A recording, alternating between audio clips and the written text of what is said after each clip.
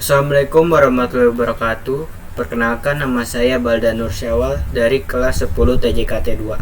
Pada kesempatan kali ini, saya akan membahas tentang ekonomi dalam Islam.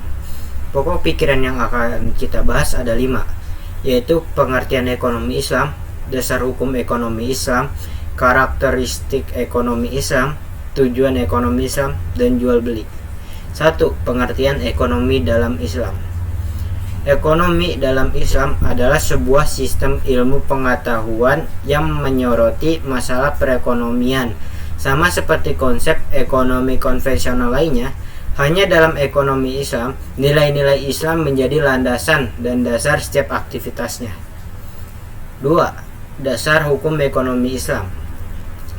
Sebuah ilmu tentu memiliki landasan hukum, demikian pula dengan penerapan syariat di bidang ekonomi, bertujuan sebagai transformasi masyarakat yang berbudaya Islami. Beberapa dasar hukum Islam tersebut diantaranya adalah 1.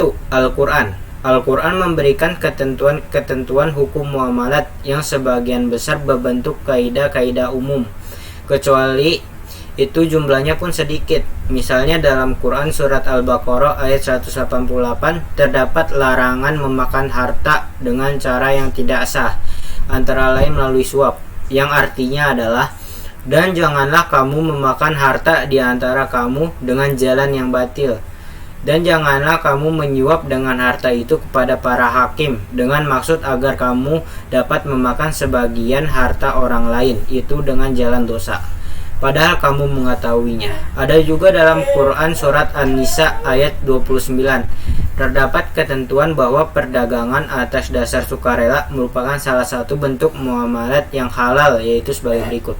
Artinya, hai orang-orang yang beriman, janganlah kamu saling memakan harta sesamamu dengan jalan yang batil, kecuali dengan jalan peniagaan yang berlaku dengan suka sama suka di antara kamu, dan janganlah kamu membunuh dirimu, sesungguhnya Allah adalah Maha Penyayang kepadamu. Kedua, hadis. Hadis memberikan ketentuan-ketentuan hukum muamalat yang lebih terperinci daripada Al-Quran. Hadis Nabi SAW yang diriwayatkan oleh Ibnu Majah, yang artinya adalah, janganlah merugikan diri sendiri dan janganlah merugikan orang lain. Ketiga, karakteristik ekonomi Islam. Tidak banyak yang dikemukakan dalam Al-Quran dan banyak-banyak prinsip yang mendasar saja. Karena dasar-dasar yang sangat tepat, Al-Quran dan Sunnah banyak sekali membahas tentang bagaimana seharusnya kaum muslimin berperilaku dalam konsumen, produsen, dan pemilik modal, tetapi hanya sedikit sistem ekonomi.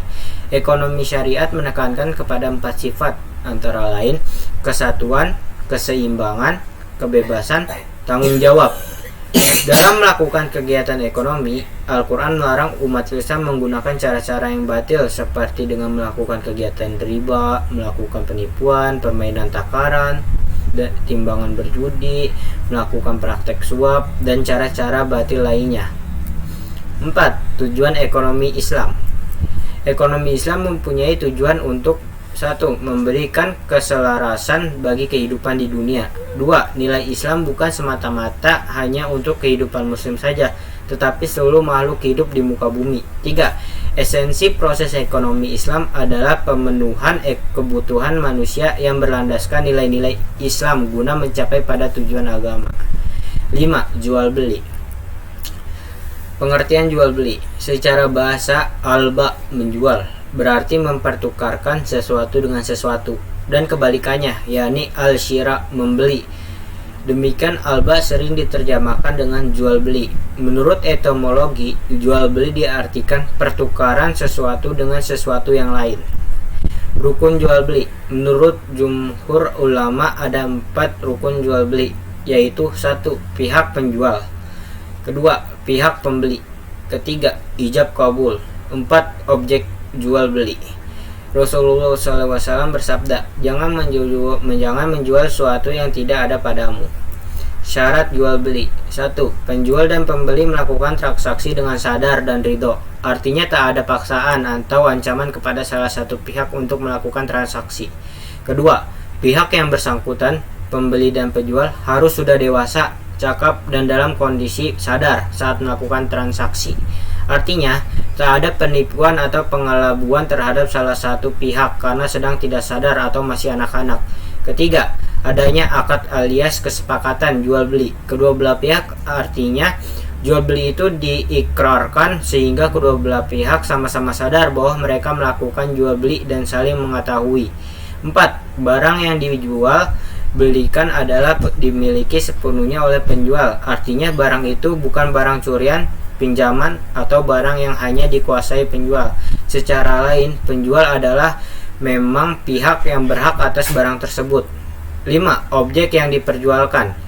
Belikan bukanlah barang yang terlarang atau haram. Maksudnya objek itu adalah barang bermanfaat, tidak menimbulkan musibah atau dilarang agama, sehingga jual beli itu menghasilkan manfaat. 6. Harga jual beli itu harus jelas, tidak ada asas transparansi. Selain tanpa paksaan, jual beli dalam Islam harus mengedepankan kejujuran, sehingga dua belah pihak yang bertransaksi sama-sama tahu berapa nilai transaksi mereka.